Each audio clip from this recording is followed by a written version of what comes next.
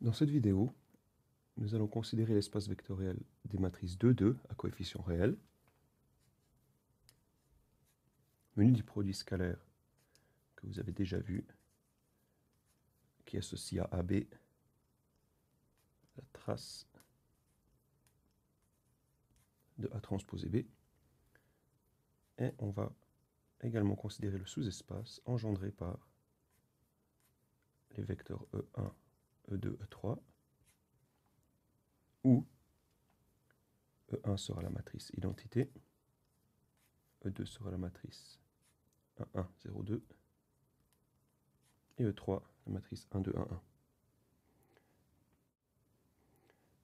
Donc le but de l'exercice, ce sera de construire une base orthonormée, je vais l'appeler B, de l'espace vectoriel W. Donc clairement ici, E1, E2 et E3 sont linéairement indépendants, ce qui montre que l'espace W est de dimension 3. Donc une base orthonormée de cet espace sera forcément constituée de 3 vecteurs. Donc pour ce faire, je vais utiliser le procédé que vous avez vu en cours, le procédé de Gram-Schmidt.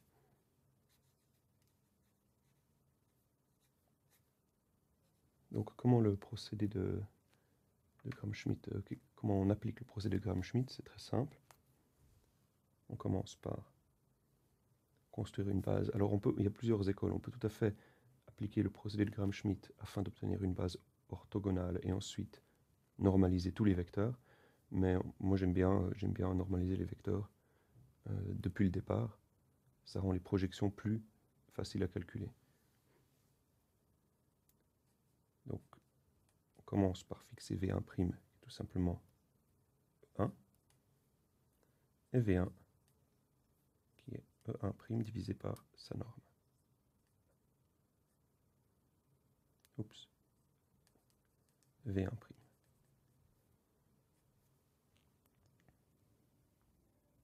Ensuite, V2' sera égal à E2 moins, et là on va faire la projection, et il n'y a pas besoin il n'y a pas un quotient ici, étant donné que j'ai déjà normalisé. Donc E2 avec V1, V1. Finalement, V2 sera comme avant, comme pour V1', qu'on avait quotienté par sa norme. On fait la même chose ici. Et on continue comme ça, donc V3'.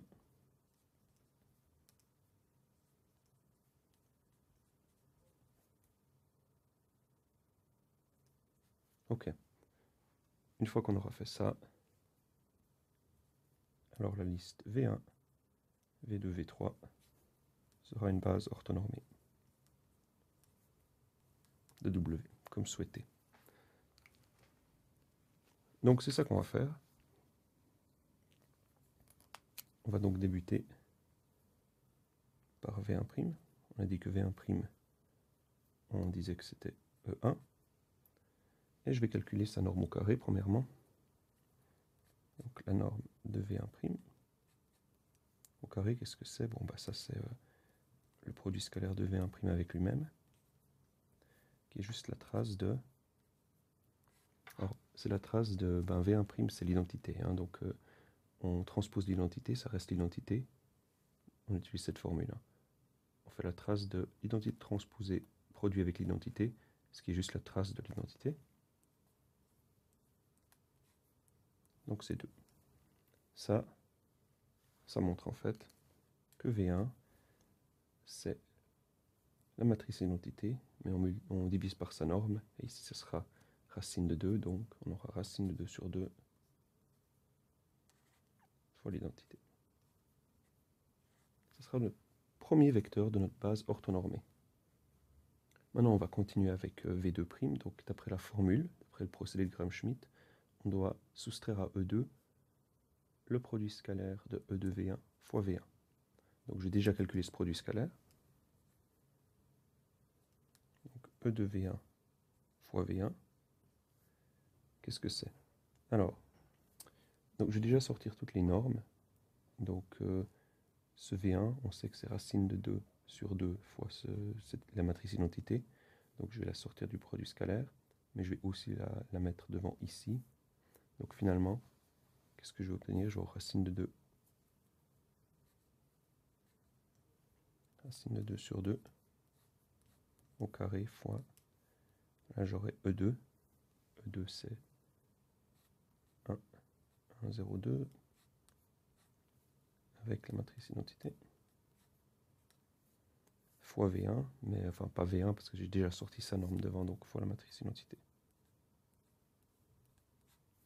Ça c'est juste une demi, hein. Et là j'ai la trace de, alors je vais transposer cette matrice, et je devrais la multiplier par l'identité, mais ça fait rien. Donc voilà, fois derrière j'aurai la matrice identité. Donc ça c'est un scalaire, hein. Ok. Donc la trace ici c'est 3, donc on a 3 demi de l'identité. Ok. Donc maintenant on peut calculer à l'aide de la formule ici, on peut calculer V2'. V2', ça sera juste E2 moins E2V1, V1. Mais ça c'est simplement, d'après le calcul qu'on va faire, alors E2 c'est la matrice qu'on a là, hein, 1, 1, 0, 2, moins ce qu'on a calculé avant, 3 demi de l'identité.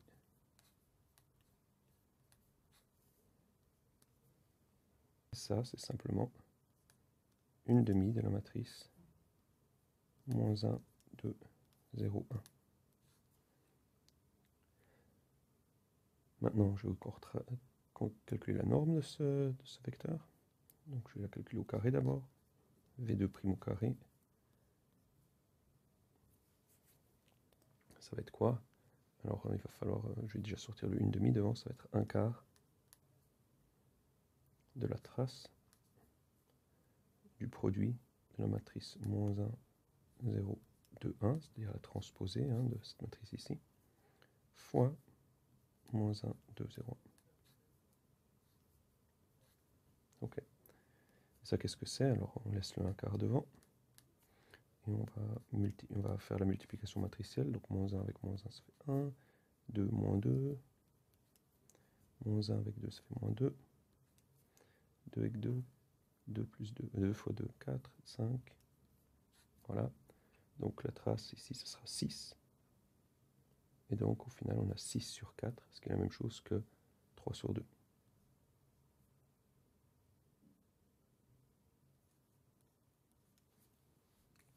Donc ça, c'est la norme au carré. Et encore une fois, on en déduit donc V2. V2, ce sera simplement racine de 6 sur 6 fois moins 1, 2, 0, 1. Ok, maintenant, on va s'occuper de V3. Donc d'après le rappel ici, on doit calculer E3 moins le produit scalaire de 3 avec V1 fois V1, et encore moins le produit scalaire de 3 avec V2 fois V2. Donc je vais commencer par calculer ces deux quantités ici, donc le produit scalaire de E3 avec V1 fois V1, et aussi le produit scalaire de E3 avec V2 fois V2.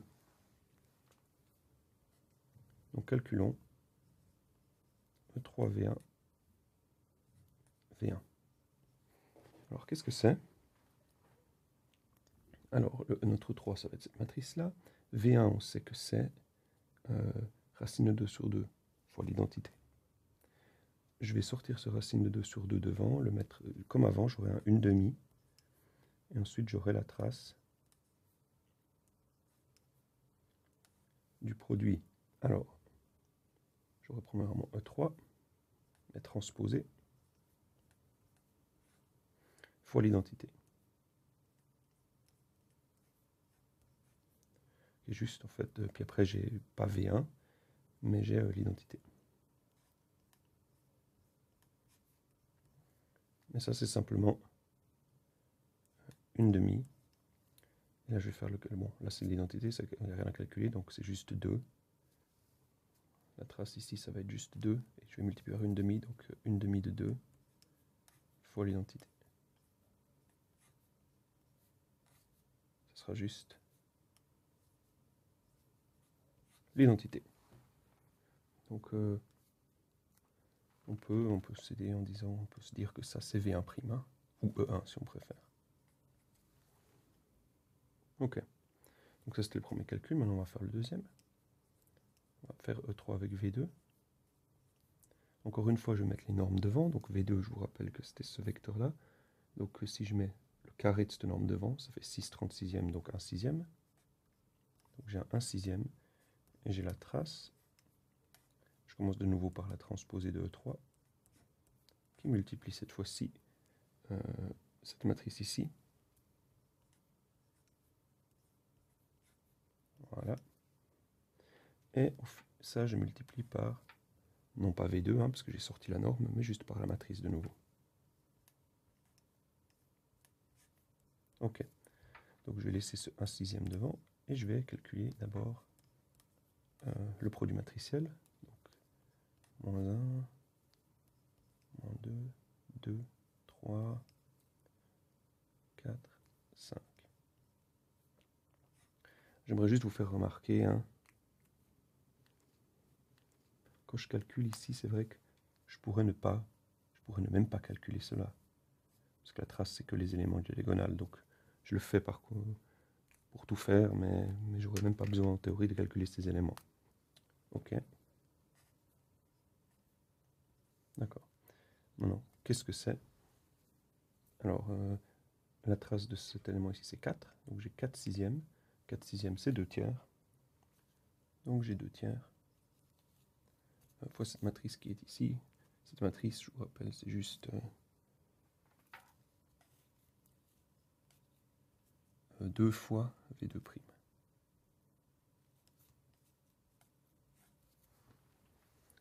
Donc,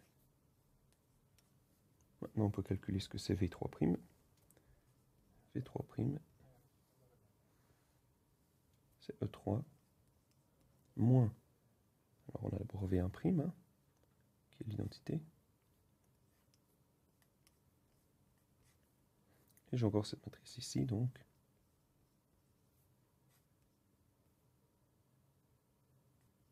Voilà.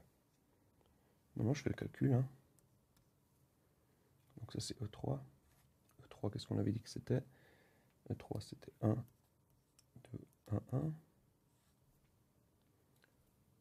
Je vais faire le calcul ici. Donc on a 1 moins 2/3, ce qui fait 1/3.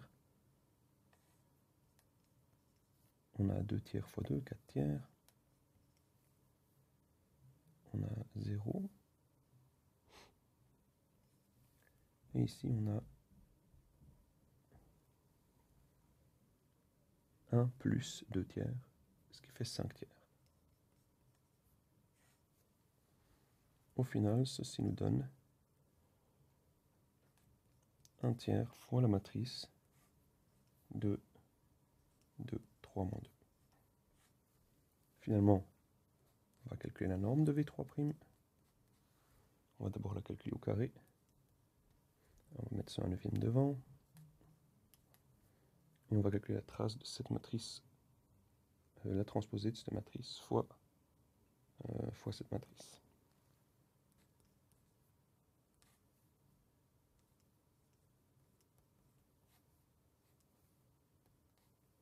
Donc c'est 1/9 fois.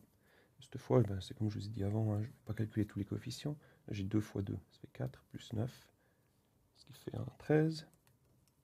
Ici, je m'en fiche. Ici, je m'en fiche. Et là, j'ai 2 fois 2. 2 fois 2, 4. Plus 2 fois 2, donc un 8. Ok. Donc, oups, j'ai oublié, bien sûr, c'est la trace. Et ça, qu'est-ce que c'est, la trace? 13 plus 8, c'est 21. 21/9, ce qui fait 7/3. On en déduit donc que V3 est égal à racine de 21 21e pour la matrice de 3, 2 moins 2.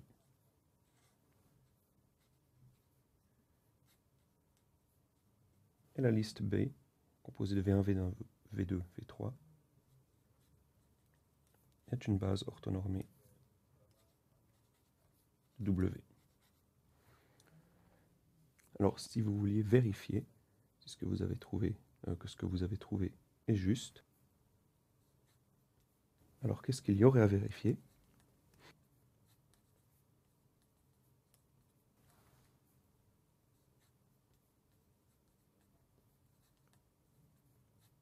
Premièrement, vous vérifieriez que la norme de V1 au carré, c'est la même que la norme de V2 au carré, qui est la même que la norme de V3 au carré. Ça doit être 1. Ensuite, vous vérifierez que V1, V2, c'est la même chose que V1, V3.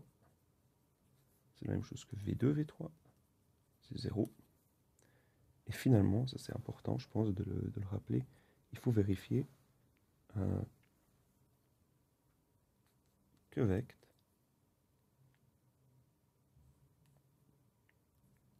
de V1, V2, V3, c'est bien W. Je l'entoure parce qu'on n'y pense peut-être pas, mais c'est pas impossible de faire une faute de calcul et finalement d'avoir que les vecteurs qu'on obtient à la fin sont tous de norme 1 et sont orthogonaux entre eux, mais on a fait une faute à quelque part et en fait on a changé l'espace engendré. Alors bien sûr, si on suit le procédé de Gram-Schmidt à la lettre et qu'on le fait correctement, ça n'arrivera pas. On a montré en cours que l'espace engendré par les vecteurs obtenus à la fin, c'était le même espace que celui qu'on avait au début, donc engendré par les vecteurs qu'on avait au début. Mais si on n'est pas à l'abri de fautes, des fois de calcul, et si on fait une faute de calcul ici, ben, mieux vaut en vitesse vérifier ces 3 points. Ici, j'aimerais juste vous mettre entre parenthèses, vous expliquer pourquoi nous, dans notre cas, ça marche. Ici, on a clairement, nous, V1 c'était E1. On a que V2, alors pas vraiment V2, hein, parce que V2 il a une norme, etc. Mais V2',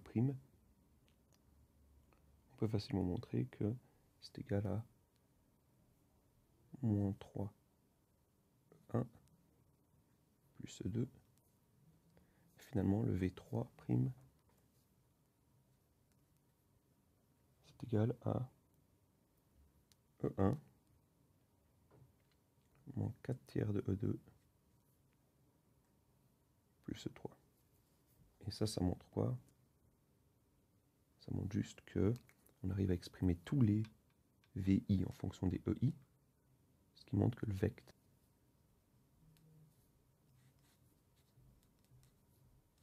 est inclus dans W. Ensuite, on peut conclure par dimension. Mais c'est juste un petit aparté, toute cette partie-là. Mais je pense que si vous voulez être sûr de vous calculer, vous avez le temps, ça vaut la peine de vérifier de temps en temps si c'est vraiment des calculs simples qui prennent pas trop de temps par rapport au reste.